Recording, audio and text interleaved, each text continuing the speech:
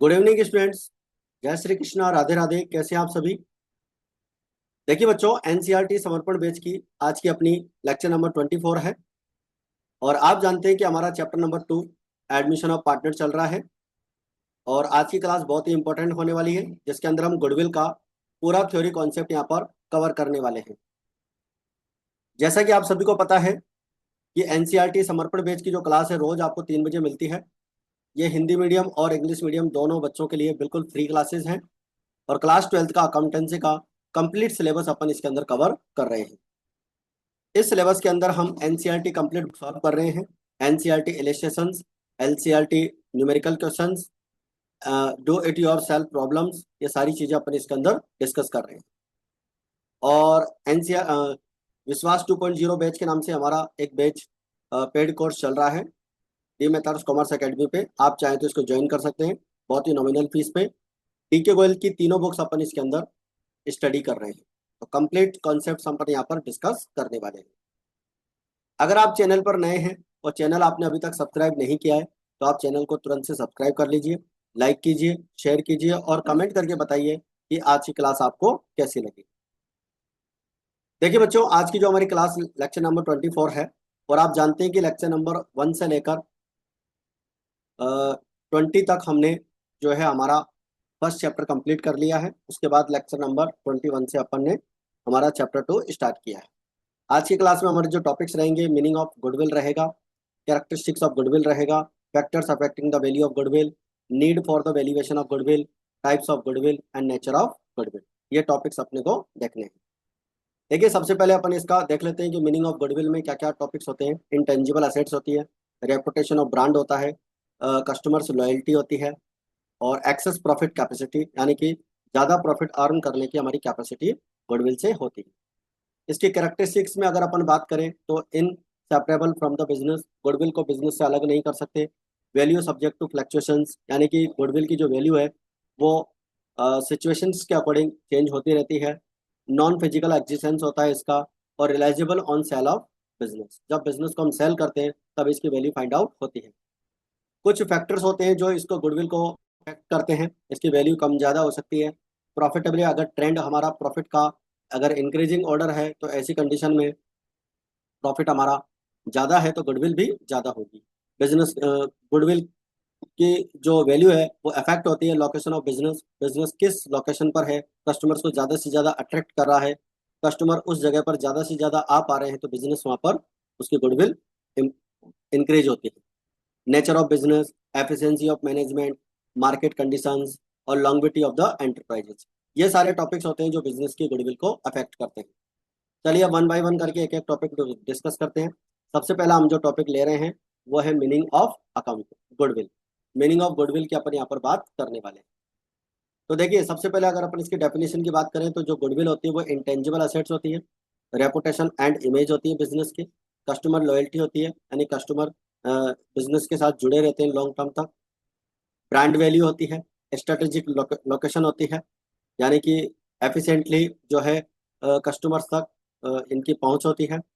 Priority proprietary technology होती है, यानी कि जो इनके पास टेक्नोलॉजी होती है वो प्रोप्राइटरी नेचर की होती है। फ्यूचर जो प्रॉफिट पोटेंशियल होता है, गुडविल के बिहाफ पर हम ज़्यादा प्रॉफिट अर्न कर सकते हैं। मार्केट कॉम्पिटिटिव एडवांटेज, मार्केट का जो कॉम्पिटिटिव एडवांटेज होता है वो बिजनेस को मिलता है गुडविल की वजह से। और बिजनेस कंटिन्यूटी होती है, यानी कि बिजनेस लॉन्ग टर्म तक चलता रहता है। अब देखिए, इसको अपन नोट्स मेकिंग पैटर्न पे देख लेते हैं कि goodwill is the monetary valuation of the reputation of the business, यानी कि जो गुडविल होती है वो बिजनेस बिजनेस की रेपुटेशन का मॉनेटरी वैल्यूएशन होता है। ठीक है, मॉनेटरी वैल्यू जो होती है वही फर्म की गुडविल होती है। Goodwill is an intangible assets which is easy to describe but difficult to define, यानी गुडविल जो होती है कि इंटेंजिबल असेट्स होती है जिसको डिफाइन करना डिफिकल्ट होता है। डिस्क्राइब तो कर सकते हैं उसको, बट उसको डेफिनेशन देना उसकी कठिन होता है।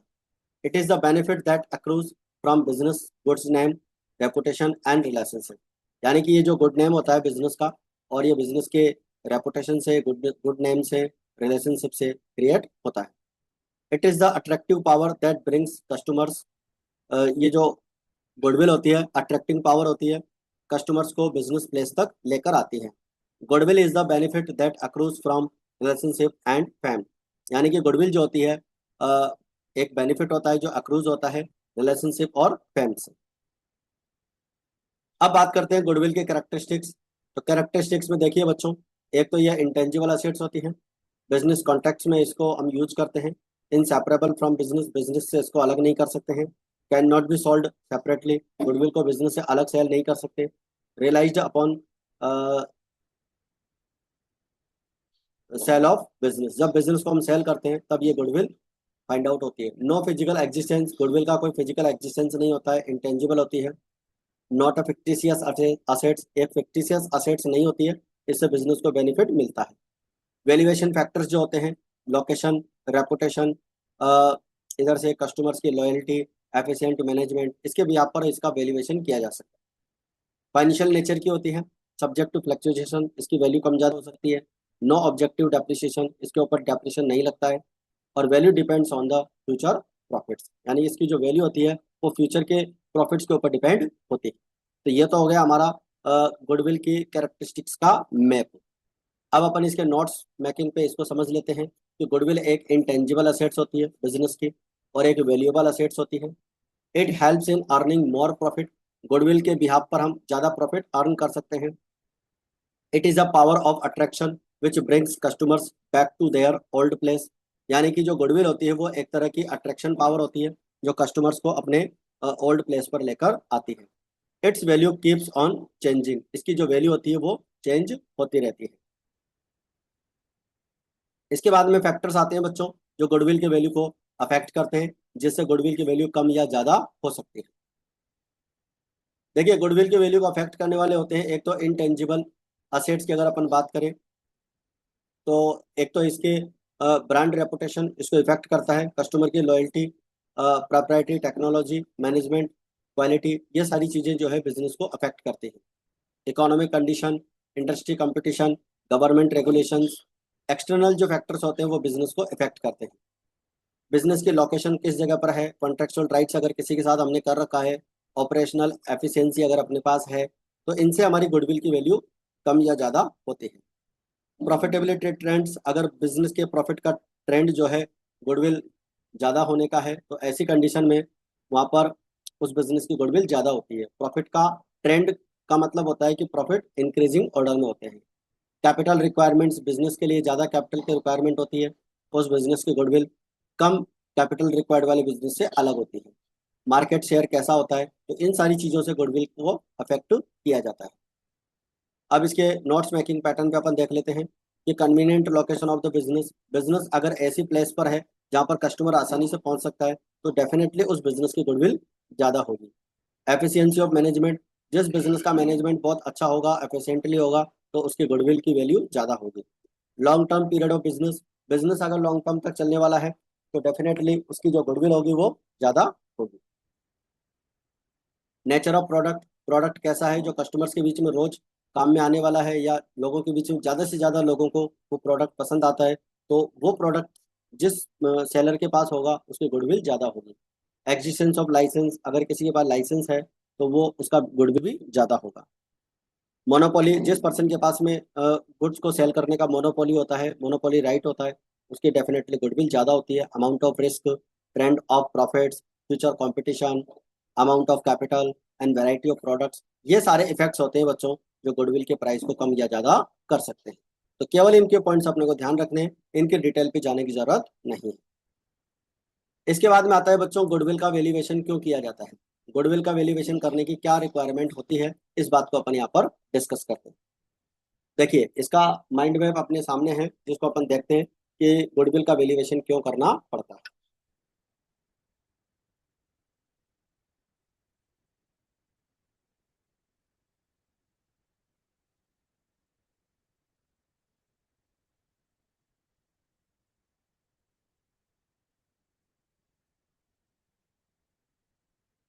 देखिए बच्चों, बिजनेस सेल और परचेज, बिजनेस को अगर सेल करना है या परचेज करना है तो गुडविल का वैल्यूएशन होता है। टैक्सेशन पर्पज से गुडविल का वैल्यूएशन करते हैं। पार्टनरशिप अगर कंपनी में कन्वर्ट हो रही है तो गुडविल का वैल्यूएशन जरूरी होता है। गुडविल का वैल्यूएशन, अमेलगमेशन और मर्जर, एक या दो से ज़्यादा पार्टनरशिप फर्म को अगर मर्ज करना है तो गुडविल का वैल्यूएशन की रिक्वायरमेंट होती है। Changes in profit sharing ratio अगर पार्टनर्स के बीच में चेंज हो रहा है तो गुडविल का वैल्यूएशन जरूरी होता है। एडमिशन ऑफ पार्टनर, अगर किसी पार्टनर का बिजनेस एडमिशन हो रहा है, रिटायरमेंट हो रहा है किसी पार्टनर का, या किसी पार्टनर की डेथ हो गई है, तो ऐसी कंडीशन में गुडविल का यहाँ पर वैल्यूएशन किया जाता है। तो ये सारी कंडीशंस होती हैं जो गुडविल का वैल्यूएशन करने के लिए रिस्पॉन्सिबल होती है। इसके बाद में अपन इसको नोट्स मेकिंग पैटर्न पे देखते हैं। In a partnership form valuation of goodwill is required in the following situations. कौन कौन सी सिचुएशन में गुडविल की अपने को रिक्वायरमेंट होती है? देखिए, एक तो जब नया पार्टनर फर्म के अंदर आता है, या पार्टनर अगर रिटायर हो जाता है, उसकी डेथ हो जाती है। When there is a changes in profit sharing ratio, अगर पार्टनर्स के बीच में प्रॉफिट शेयरिंग रेशो चेंज हो जाता है, तब भी गुडविल का वैल्यूएशन जरूरी होता है। When the business of firm is sold, business अगर पार्टनरशिप फर्म का सेल कर रहे हैं तो गुडविल का वैल्यूएशन करना होगा। और दो फर्म्स को अगर अपन अमेलगमेट कर रहे हैं, उनका अमेलगमेशन कर रहे हैं, एकीकरण कर रहे हैं, तो भी गुडविल का वैल्यूएशन जरूरी होता है। तो ये वो सारी सिचुएशन है जहां पर अपने को गुडविल का वैल्यूएशन करना होता है। इसके बाद में अपन पढ़ते हैं बच्चों नेक्स्ट टॉपिक, गुडविल के टाइप्स कौन कौन से होते हैं। देखिए, गुडविल जो होती है मेनली थ्री टाइप्स की होती है, टू टाइप्स की होती है। एक होती है परचेज गुडविल और एक होती है सेल्फ जनरेटेड गुडविल। परचेज गुडविल्स जो होती है वो बिजनेस परचेज करते टाइम पर जनरेट होती है, और सेल्फ जनरेटेड जो गुडविल होती है वो बिजनेस में कंटिन्यूसली प्रॉफिट करने से जनरेट होती है। तो इन सब के बारे में अपन डिटेल से डिस्कस करेंगे। दो तरह की गुडविल होती है, परचेज गुडविल और सेल्फ जनरेटेड गुडविल। अब सबसे पहले डिस्कस करेंगे परचेज गुडविल। देखिए, परचेज गुडविल जो होती है वो असेट्स के क्लासिफिकेशन पे डिपेंड करती है। परचेज गुडविल का मतलब होता है कि जब हम किसी का बिजनेस खरीदते हैं तो उसका लिए जो हम परचेज कंसिडरेशन पे करते हैं, उससे गुडविल का वैल्यू निकलता है। देखिए, गुडविल का वैल्यू निकालने के लिए हम एक फॉर्मूला यहाँ पर यूज करते हैं, purchase consideration minus net assets. यानी कि बिजनेस को परचेज करने के लिए हम कितना परचेज कंसिडरेशन पे कर रहे हैं और हमारी नेट असेट्स कितनी है, तो उससे हमारी गुडविल का वैल्यूएशन यहाँ पर निकल के आता है। तो परचेज गुडविल जो होती है वो जनरेट होती है at the time of sale of business. Business को जब हम सेल करते हैं तब ये गुडविल जनरेट होती है। When the purchase of consideration is of a business is more than the book value of the net assets of the business, then this excess amount is called purchase goodwill। मतलब जब हम कोई business को purchase करते हैं और उसका purchase consideration यानी कि जो क्रय प्रतिफल होता है वो हमारे बिजनेस के नेट असेट से ज्यादा होता है, तो ऐसी कंडीशन में वो हमारी परचेज गुडविल कहलाती है। It arises on the purchasing a business, जब बिजनेस को हम परचेज करते हैं तब ये बिजनेस गुडविल अराइज होती है। It is recorded in the books because consideration is paid for it. इस गुडविल को बुक्स में दिखाया जाता है क्योंकि इस गुडविल के हमने पेमेंट किया होता है, और इसे बैलेंस शीट की असेट साइड में शो किया जाता है। गुडविल को फाइंड आउट करने का फॉर्मूला होता है purchase consideration minus net assets, और नेट असेट्स का मतलब होता है sundry assets minus outside liability. Sundry assets में से बच्चों आउटसाइड लाइबिलिटी माइनस कर देते हैं तो हमारा परचेज कंसिडरेशन आ जाता है, और इसे ही हम क्या बोलते हैं, परचेज्ड गुडविल बोलते हैं। इसके बाद में आता है बच्चों सेल्फ जनरेटेड गुडविल। देखिए, सेल्फ जनरेटेड गुडविल की अगर अपन बात करें तो सेल्फ जनरेटेड गुडविल बिजनेस में कंटिन्यूसली प्रॉफिट अर्न करने से जनरेट होती है। डिजाइनिंग की इंटरनल सिस्टम, हमारा बिजनेस का इंटरनल सिस्टम कैसा है, ठीक है। Optimising the operational design, business का ऑपरेशनल जो डिजाइन होता है वो किस तरह से अपन मैनेज करके रखते हैं, उससे हमारी गुडविल जनरेट होती है। फोरकास्टिंग, फॉरस्टरिंग द पीपल और process synergy and neutralising cultural capital and reputation. Business का जो कल्चरल है, रेपुटेशन है, वो किस तरह का है, कैपिटल, कल्चरल, और origin by the excellence no acquisition. यानी कि यहाँ पर जो गुडविल होती है वो एक्सीलेंस से जनरेट होती है। कंटिन्यूसली बिजनेस अपन करते हैं उससे इस तरह की गुडविल जनरेट होती है। देखिए, it is the value of goodwill relations and fame of the business entity which is generated in the business. Business के अंदर जनरेट होती है एज पर अकाउंटिंग स्टैंडर्ड 26 और IAS Indian accounting standard 38। It is not accounted for the books of accounts of the firm because no value is paid in exchange for it. मतलब इस तरह की जो गुडविल होती है उसको हम बुक्स के अंदर नहीं दिखाते हैं, अकाउंटिंग स्टैंडर्ड 26 और इंडियन अकाउंटिंग स्टैंडर्ड 38 के अकॉर्डिंग। क्योंकि इस तरह की जो गुडविल होती है वो बच्चों बिजनेस के अंदर अपने आप जनरेट होती है प्रॉफिट्स के अकॉर्डिंग इसका अपन कैलकुलेशन करते हैं, ठीक है। तो इस तरह की जो गुडविल होती है उससे हमें बुक्स के अंदर दिखाना नहीं होता है, तो इस गुडविल को हम बुक्स के अंदर शो नहीं करते। The valuation of this type of goodwill arises eight the time of reconstruction of the firm.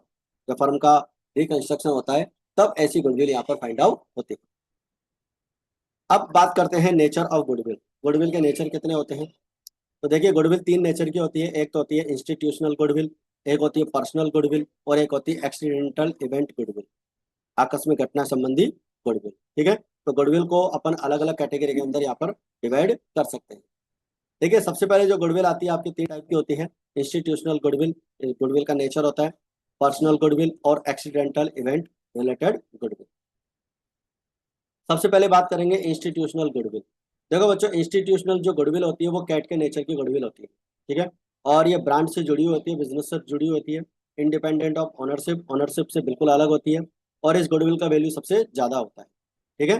जैसे कैट का बिहेवियर होता है किसी पर्टिकुलर प्लेस से जुड़ा होता है उसका, उसी तरह से कस्टमर्स का जुड़ाव भी किसी एक पर्टिकुलर बिजनेस से होता है, और इस तरह की जो गुडविल होती है बच्चों वो सबसे ज़्यादा होती है। कैट नेचर की जो गुडविल होती है ड्रेवन ब्रांड एंड प्रोडक्ट, बिजनेस के ब्रांड और प्रोडक्ट से जुड़ी हुई होती है, independent of the ownership, ownership से बिल्कुल अलग होती है, तो मोस्ट वैल्यूएबल असेट्स होती है। इस टाइप की जो गुडविल होती है कैट नेचर की, वो बिजनेस से, बिजनेस के प्लेस से जुड़ी हुई होती है। जिस तरह से कैट का नेचर होता है कि एक बिजनेस प्लेस से जुड़ी हुई होती है, बिजनेस की जड़ों तक जुड़ी हुई होती है, उसी तरह से गुडविल भी जो है कस्टमर्स बिजनेस के साथ जुड़े हुए होते हैं। तो परसिस्टेंट कस्टमर लॉयल्टी, यानी कस्टमर्स उसके साथ में कंटिन्यूसली जुड़े रहते हैं।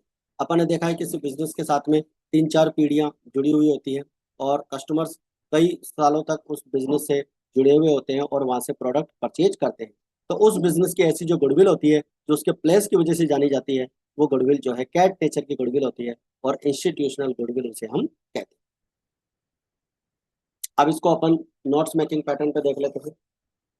When the goodwill of an organization grows due to good name or popularity of its product, it is called institutional goodwill. जब भी कोई गुडविल किसी इंस्टीट्यूशन की,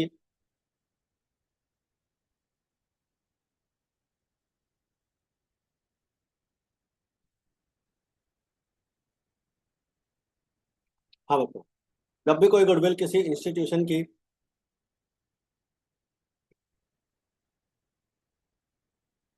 उसके प्रसिद्धि, उसकी पॉपुलैरिटी, उसके गुड नेम और प्रोडक्ट की जो पॉपुलैरिटी है, वो गुडविल जो होती है वो इंस्टीट्यूशनल गुडविल कहलाती है। इसमें change in the ownership of the organisation does not affect. अगर किसी बिजनेस का ओनर चेंज भी हो जाता है तो उससे कोई इफेक्ट नहीं पड़ता है। इस तरह की जो गुडविल होती है उसका वैल्यू सबसे ज़्यादा होता है।